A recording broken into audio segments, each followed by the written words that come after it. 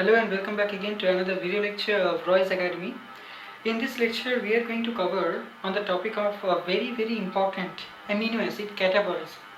The name of this amino acid is glutamic acid and it is the first and foremost amino acid that has been produced out of those three major amino acids, namely the glutamine, alanine and the aspartic acid, from the resynthesis or the biosynthesis of the ammonium ions in the cytosol.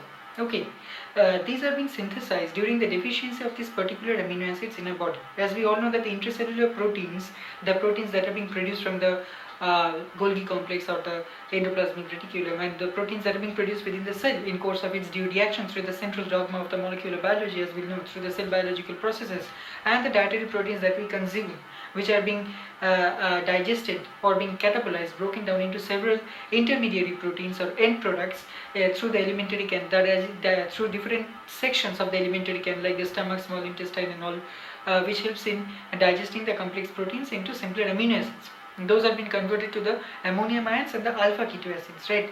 These ammonium ions are again resynthesized into what? The first and foremost three amino acids, which partakes or correlates the major biochemical pathways that happens within the cytosolic as well as the mitochondrial matrix.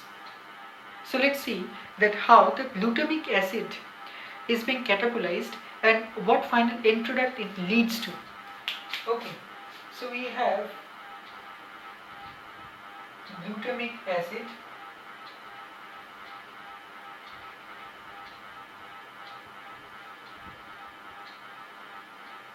okay.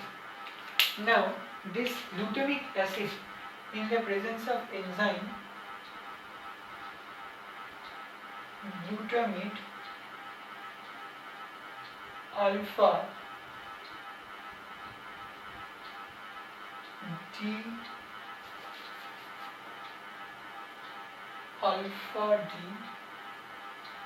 carboxylase, okay, alpha D carboxylase helps in giving rise to gamma amino butyrate. Now one thing I need to mention here, this decarboxylation is actually, the decarboxylation part is actually nothing but the removal of CO2. Okay, the CO2 is being popping off or removed from the glutamic acid. The C double bond O radical, the C double O radical, the CO2, C double O radical. Now the gamma aminobutyrate, which is formed by the removal of the CO2 is again participating in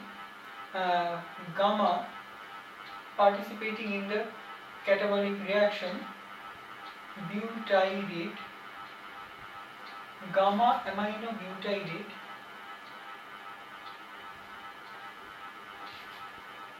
transaminase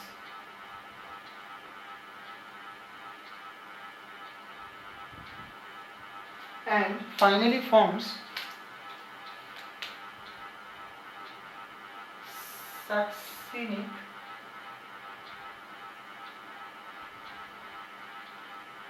semialdehyde. Okay, succinic semialdehyde.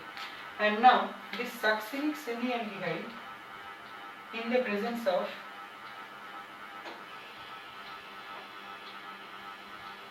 dehydrogenase gives rise to succinic acid or succinate.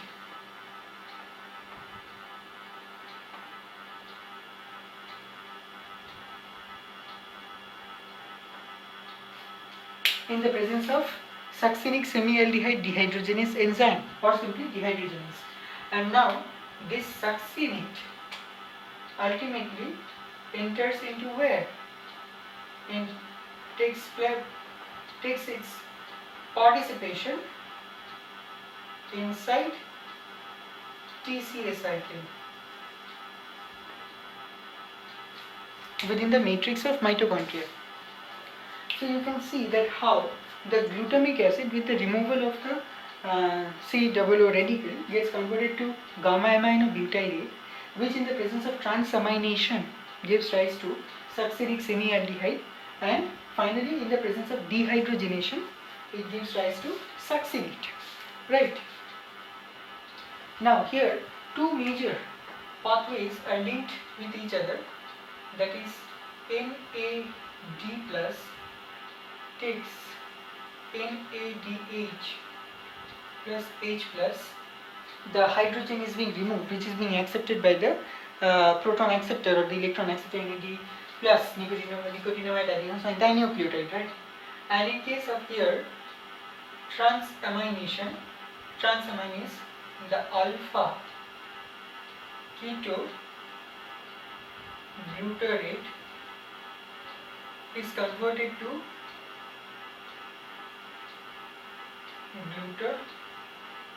glutamate, right? So the alpha ketoglutarate gets converted to glutamate, and the transamination step is completed in that way. So the after transamination, dehydrogenation step is completed, which gives rise to succinate that participates in the TCA cycle. So this is how the glutamic acid is finally ending up with succinate or converted into succinate, and succinate is entering into TCA cycle. Right? It's a very short. The glutamic acid catabolism is it's more or less short, very short compared to the other amino acid, even shorter. I mean, it's not the shortest.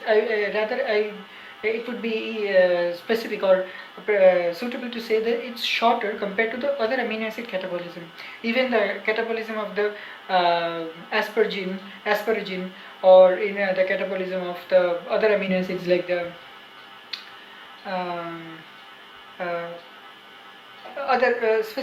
few other glucogenic or the ketogenic amino acids are there. Like asparagine is one of them, and another amino acid is like the which gives rise to the oxalic acid. Okay, there is one more particular amino acid which gives rise to oxalic acid. It's a very short pathway, but in the case of this pathway, glutamic acid is also a very shorter pathway compared to the other amino acid catabolism like the isoleucine, tryptophan, tyrosine, arginine and all, which gives rise to succinate ultimately. Okay, so and this is what all about how the glutamic acid, an essential glucogenic amino acid, partakes the reaction of other important cycle. Mostly the TCA cycle is the major and the foremost cycle, important cycle that happens in the mitochondria, which helps in benefiting the reconversion or the regaining, helps in regaining itself by the metabolism of the amino acids. So we can see that how the cytosolic and the mitochondrial pathways are interlinked with each other via the conversion and the reconversion or recontinuation or the recycling of the different intermediary products or the end products that are being formed in the either or pathways. Okay, and thus correlates the cytosolic and the mitochondrial operations. So if you like this video, don't forget to hit the thumbs up button, and also you can find me on the social sites, so inbox me if any personal queries or doubts are there. You can hang on to me there, and the links to the social sites are given in the description box below. And also share the video as much as possible, and also please do subscribe my channel so that I can make more such videos enthusiastically for you, and you can stay tuned. You can stay tuned for more such updates. Okay, so stay tuned for more such videos, and please do subscribe the channel. Thank you.